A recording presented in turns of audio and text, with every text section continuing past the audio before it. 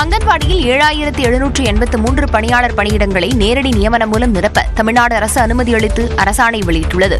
அங்கன்வாடி பணியாளர்களை தேர்வு செய்வதற்காக வெளியிடப்பட்டிருக்கும் அரசாணையில் வழிகாட்டு நெறிமுறைகளும் குறிப்பிடப்பட்டுள்ளன.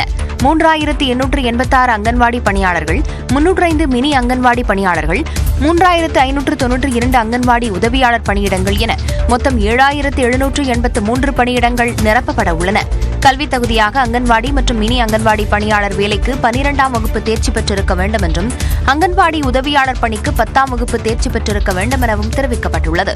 அங்கன்வாடி மற்றும் மினி அங்கன்வாடி பணியாளர் பதவிக்கு விண்ணப்பிக்க விரும்புவோருக்கான வயது வரம்பு 25 முதல் 35க்குள் இருக்க வேண்டும் என்றும் கூறப்பட்டுள்ளது.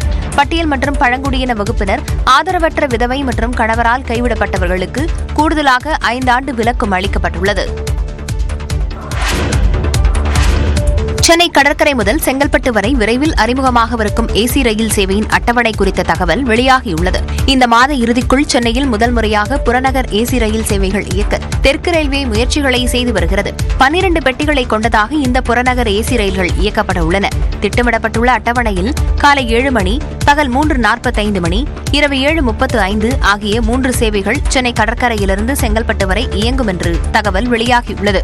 இதேபோல் செங்கல்பட்டிலிருந்து காலை 9 மணி, மாலை 5:45 மணிக்கு சென்னை கடற்கரை வரை இயக்கப்படும் என்றும் தெரிகிறது. தாம்பரம் கடற்கரை இடையே அனைத்து ரயில் நிலையங்களிலும் இந்த ஏசி ரயில்கள் நின்று செல்லும் வகையில் அட்டவணை தயாரிக்கப்பட்டுள்ளது. சனிக்கிழமைகளில் தாம்பரம் வழித்தடத்தில் ஏசி புறநகர் ரயில்கள் காலை 10 மணி முதல் பகல் 4:30 மணி வரை பராமரிப்பு செய்யப்படும் என்றும் ரயில்வே வட்டாரங்கள் தெரிவிக்கின்றன.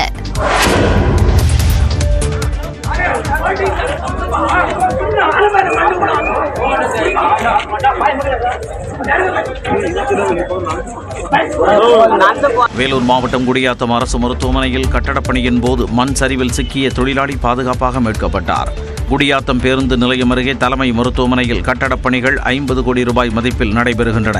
இந்நிலையில் தரைமட்ட நீர்த்தேக்க தொட்டி அமைக்கும் பணியில் ஈடுபட்டிருந்த வினோத்குமார் என்பவர் மீது திடீரென மண் சரிந்தது. அப்போது துரிதமாக செயல்பட்ட அக்கம் பக்கத்தினர் உடனடியாக அவரை மீட்டு அரசு மருத்துவமனையில் சிகிச்சைக்காக சேர்த்தனர். அவருக்கு தீவிர சிகிச்சை அளிக்கப்பட்டு வருகிறது.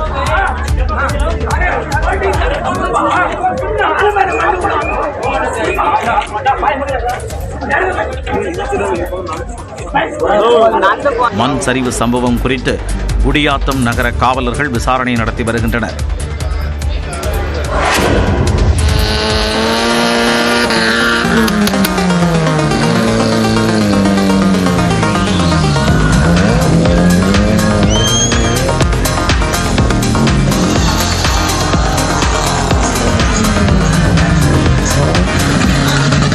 திருப்பூரில் நடைபெற்ற சாகச நிகழ்ச்சியில் கார் மற்றும் இருசக்கர வாகனங்கள் சீறி பாய்ந்த காட்சிகள் தான் இவை.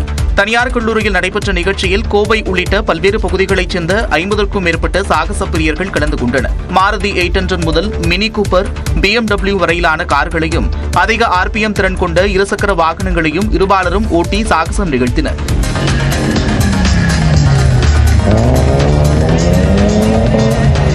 திருப்பூர்ல எங்க காலேஜ்ல தான் first time car show conduct பண்றாங்க.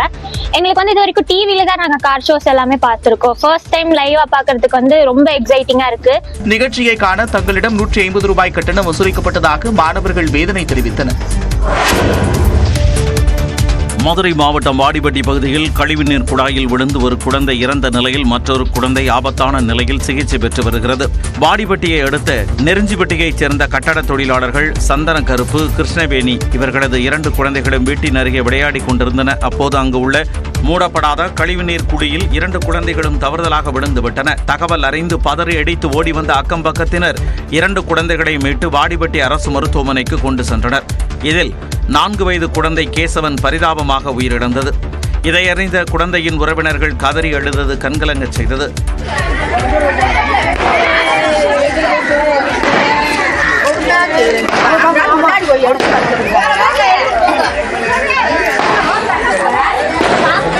கழிவுநீர் குடியில் விழுந்து மீட்கப்பட்ட 3 வயதான ரோஷன் என்ற மற்றொரு குழந்தை ஆபத்தான நிலையில் மதுரை அரசு ராஜாஜி மருத்துவமனையில் தீவிர சிகிச்சை அளிக்கப்படுகிறது.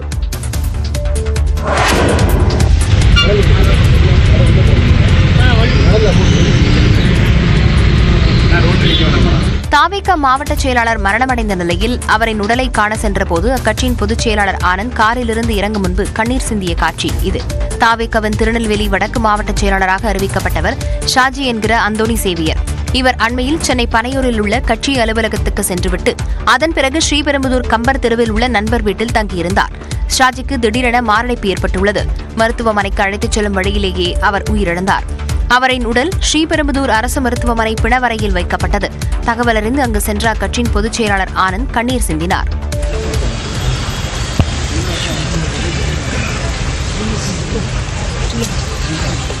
மறைந்த ஷாஜியின் குடும்பத்தினருக்கு தாவேக உறுதுணையாக நிற்கும் என்றும் ஆனந்த் கூறினார். சென்னை அம்பத்தூர் தொழிற்பேட்டையில் மரம் வெட்டும்போது 2 தொழிலாளர்கள் உயிரிழந்த நிலையில் பணிக்கு அழைத்துச் சென்ற நிறுவனத்தின் கண்ணாடிகளை உறவினர்கள் அடித்து உடைத்ததால் பரபரப்பு நிலவியது.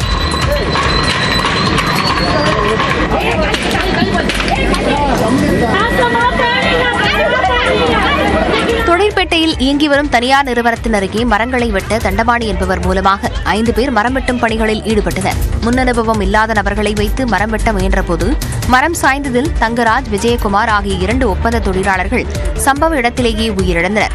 மேலும் 3 காயங்களுடன் மருத்துவமனையில் அனுமதிக்கப்பட்டனர். இந்த சூழலில் 2 உயிரிழந்ததை காவலர்கள் தாமதமாக தெரிவித்ததாக கூறி உறவினர்கள் காவல் நிலையத்தை முற்றுகையிட்டனர். பின்னர் விபத்து நடந்த தனியார் நிறுவனத்துக்கு சென்ற உறவினர்கள் கற்களால் கண்ணாடிகளை உடைத்ததுடன் இரும்பு கதவையும் தகர்க்க முயன்றனர்.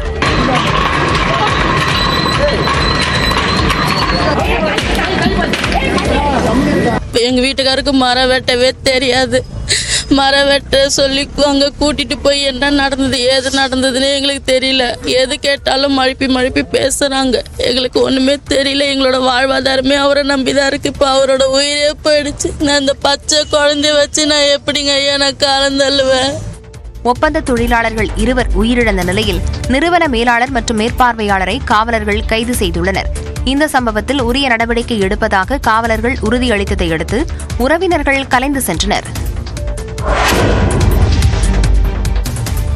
புதுச்சேரி கடற்கரையில் திரையிடப்பட்ட விண்ணை தாண்டி வருவாயா திரைப்படத்தை ஏராளமானோர் கண்டுகளித்தனர். புதுச்சேரியில் சுற்றுலாப் பயணிகளை அதிகரிக்கும் நோக்கில் சுற்றுலாத்துறை சார்பில் கடற்கரையில் சிலம்பரசன், த்ரிஷா நடித்த விண்ணை தாண்டி வருவாயா படம் திரையிடப்பட்டது.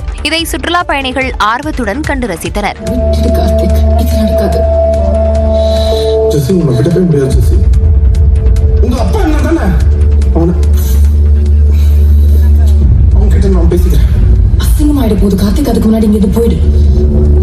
புகழ்பெற்ற கடற்கரை சாலையில் வார இறுதி நாட்களில் சுற்றுலாப் பயணிகளின் வருகையை அதிகரிக்க டூரிங் டாக்கஸ் என்ற புதிய நிகழ்ச்சியின் ஒரு பகுதியாக திரையிடப்பட்ட படத்தை பலரும் பார்த்தனர். தியேட்டரில் பார்க்கறதோட இங்க பார்க்கறதுக்கு ரொம்ப அருமையா இருக்கு.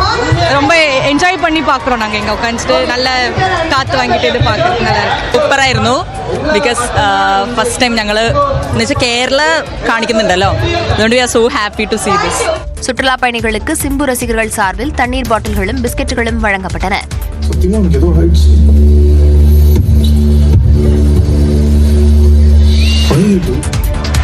பெரும் எதிர்ப்புக்கு மத்தியில் அரசு டெண்டர்களில் இஸ்லாமியர்களுக்கு 4% இடஒதுக்கீடு வழங்கும் மசோதாவுக்கு கர்நாடக மாநில அமைச்சரவை ஒப்புதல் வழங்கியுள்ளது.